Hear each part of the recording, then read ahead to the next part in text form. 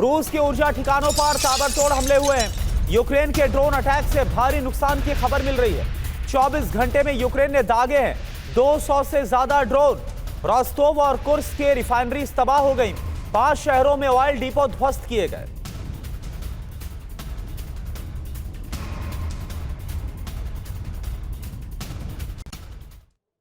तो मॉस्को में यूक्रेन के ताबड़तोड़ प्रहार के बाद जिस तरह के हमले का डर था यूक्रेन पर, वैसा ही प्रहार किया गया। मॉस्को में कई घंटे तक ब्लैकआउट था, इसलिए रूस ने यूक्रेन के बिजली सप्लाई स्टेशंस को टारगेट पर लिया। यूक्रेन में भारी तबाही के बीच बिजली की लगातार सप्लाई अब मुमकिन नहीं हो पा रही है। 2 नवंबर से ज़ेलेंस्की सरकार ने 10 घंटे के बिजली कटौती का ऐलान भी कर दिया है। यूक्रेन के ज्यादातर इलाकों में अब हर दिन बिजली कटौती का सामना करना पड़ रहा है। रिहायशी इलाकों के साथ साथ औद्योगिक क्षेत्रों में भी बिजली कटौती होगी और इसकी वजह से यूक्रेन के हथियार और ड्रोन प्रोडक्शन की रफ्तार काफी ज्यादा कम हो सकती है। देखिए आप। रूस की कोशिश कामयाब हो रही, ऑपरेशन विंटर का असर दिखने लगा।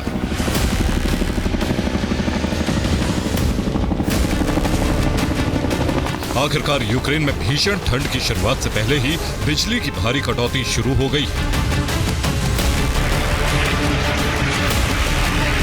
रूस के प्रतिशोध का एक्शन शुरू हो चुका है।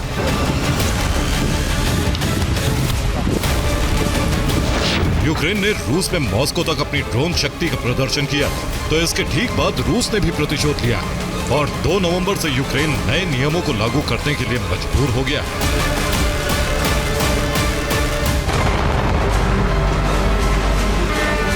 रूस और यूक्रेन में मौसम बदला, लेकिन जंग की तस्वीर नहीं बदली।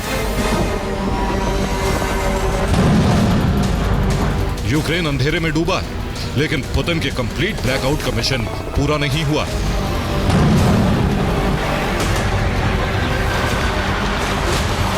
अक्टूबर में रूस ने 270 मिसाइल से हमला किया। रूस ने किंजल जैसी मिसाइलों से भी हमला किया।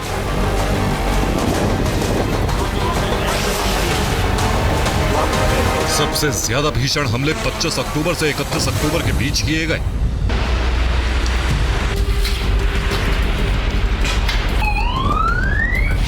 इस दौरान रूसी सेना ने लॉन्ग रेंज हथियारों का इस्तेमाल किया और यूक्रेन के बिजली सप्लाई स्टेशन समेत कई थर्मल पावर स्टेशन को नष्ट कर दिया।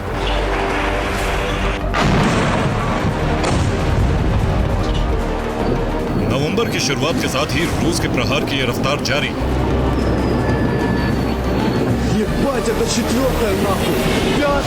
ओडेसा में 18 गेरान-2 ड्रोन से हमला किया गया। ओडेसा में बिजली सब स्टेशन को नष्ट करने में कामयाबी मिली। ओडेसा में बिजली स्टेशन जलने से संकट और बढ़ गया।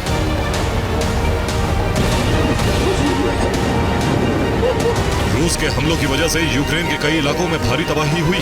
खासकर ऊंची इमारतों को ड्रोन से भारी नुकसान हुआ। रूस ने यूक्रेन के एक ड्रोन कमांड सेंटर को भी निशाना बनाया।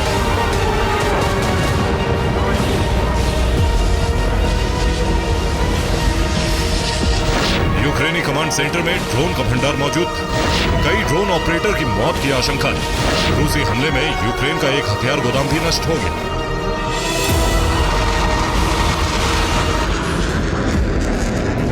यूक्रेन में नई चेतावनी जारी की गई।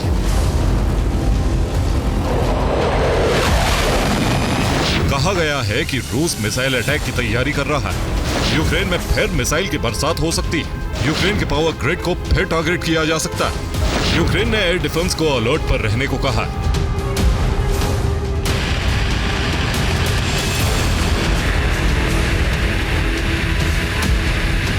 यूक्रेन में ठंड की शुरुआत होने के साथ ही लोड शेडिंग यानी बिजली में हर दिन कटौती के नियम भी तय कर दिए गए। बिजली प्रोडक्शन कम होने की वजह से अब यूक्रेन में 24 घंटे तक बिजली सप्लाई मुमकिन नहीं रह गई।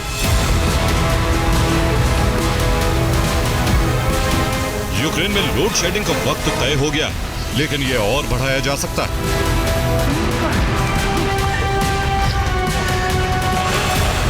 यूक्रेन में बिजली संकट बढ़ने के बाद वक्त तय कर दिया गया है। सुबह 8 बजे से 11 बजे तक यूक्रेन के ज्यादातर इलाकों में बिजली की सप्लाई बंद है। 2 नवंबर से लोड शेडिंग यानी कि बिजली कटौती का नियम लागू कर दिया गया। अब अनिश्चित काल के लिए नियम के मुताबिक बिजली की कटौती होती रहेगी। सीमा बढ़ाई भी जा सकती है। सुबह से लेकर यानी कि 8 से लेकर 11 के बाद दोपहर 3 बजे फिर बिजली की सप्लाई बंद हो जाएगी। 3 बजे से रात 10 बजे तक यूक्रेन के ज्यादातर इलाकों के लोग अंधेरे का सामना करेंगे। फिलहाल पूरी रात यूक्रेन में बिजली सप्लाई को जारी रखने का प्लान है ताकि लोग ठंड में हीटिंग सिस्टम के साथ सो सकें। बिजली में कटौती से सबसे ज्यादा जो अधिक नुकसान है वो उद्योगों को होगा, क्योंकि कारखानों में कई घंटे तक काम नहीं हो पाएगा। मेट्रो सेवा चलाने में दिक्कत आएगी। मेट्रो को पूरी तरह से रोकना भी पड़ सकता है। रेल सेवा को चलाने के लिए वैकल्पिक इंतजाम करने का प्लान फिलहाल यूक्रेन में सिर्फ रिहायशी और जो औद्योगिक इलाके हैं यहाँ पर बिजली कटौती का प्लान आप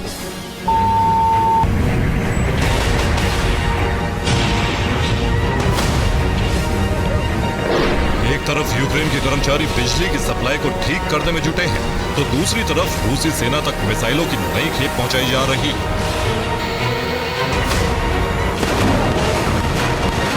यूक्रेन में बिजली की कटौती जरूर शुरू हो चुकी है, लेकिन पुतिन का मकसद कंप्लीट ब्लैकआउट कराना।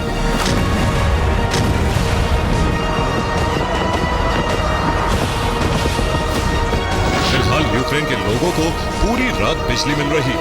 गर्म पानी की सप्लाई भी पूरी रात और सुबह 8 बजे तक होती रहेगी। लेकिन मुश्किल हथियार फैक्ट्री के लिए जहां दिन रात लगातार काम चल रहा है।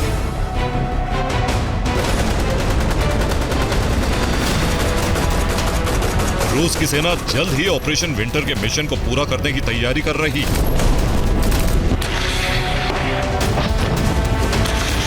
रूस की तैयारियों को देखते हुए यूक्रेन में नया अलर्ट जारी हो चुका है।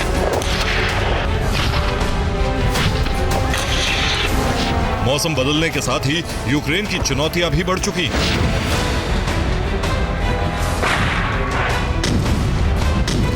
यूक्रेन को अब कुदरत से भी मुकाबला करना होगा। बर्फबारी के दौरान हीटिंग सिस्टम सबसे जरूरी। यूक्रेन को युद्ध के बाद से 3 बार ऐसी स्थिति का सामना करना पड़ चुका है।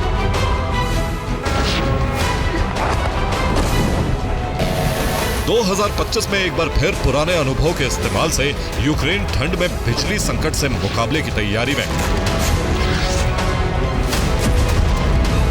यूक्रेन को इस मुश्किल घड़ी से निकालने की तैयारी यूरोप में भी चल रही, लेकिन इस संकट के बीच यूक्रेनी सेना का संघार भी लगातार चल रहा है।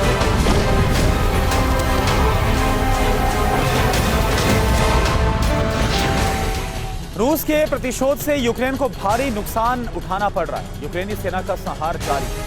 रूसी रक्षा मंत्रालय के दावों के मुताबिक सिर्फ 24 घंटे में 1450 यूक्रेनी सैनिकों की मौत हो गई। यूक्रेनी सैनिकों को कई जगहों पर घेर लिया गया है। रूस ने यूक्रेन के कई टैंक्स और वाहनों को भी नष्ट कर दिया। सिर्फ बिजली नहीं, यूक्रेन में गैस की किल्लत भी बढ़ सकती है, क्योंकि फिर रूस ने एक गैस स्टेशन पर हमला किया। निकोलाएव में रूसी ड्रोन प्रहार से गैस स्टेशन को काफी नुकसान पहुंचा। हमले के दौरान कतार में खड़ी कई गाड़ियों में आग लग गई। रूस लगातार गैस स्टेशन पर टारगेट कर और ऐसे हमलों को अंजाम दिया जा रहा है। जिन इलाकों में रूस को कब्जा करना है, वहां यूक्रेनी सेना का संघार जारी है। यूक्रेन के सैनिकों पर लगातार हमले हो रहे हैं।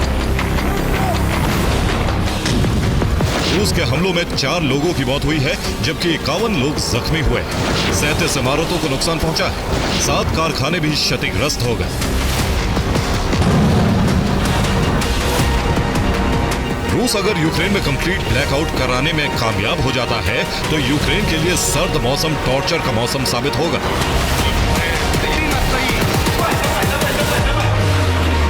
यूक्रेन के अस्पतालों में बिजली से चलने वाली मशीनें बंद हो जाएंगी। बर्फबारी में लोग खाने के सामान को स्टॉक नहीं कर सकेंगे। लोगों को पीने के लिए पानी मिलना भी मुश्किल हो जाएगा।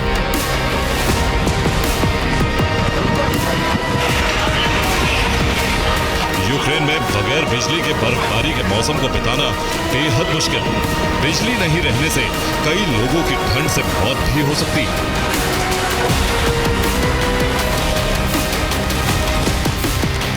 Bureau report, TV9 Bharatvarsh.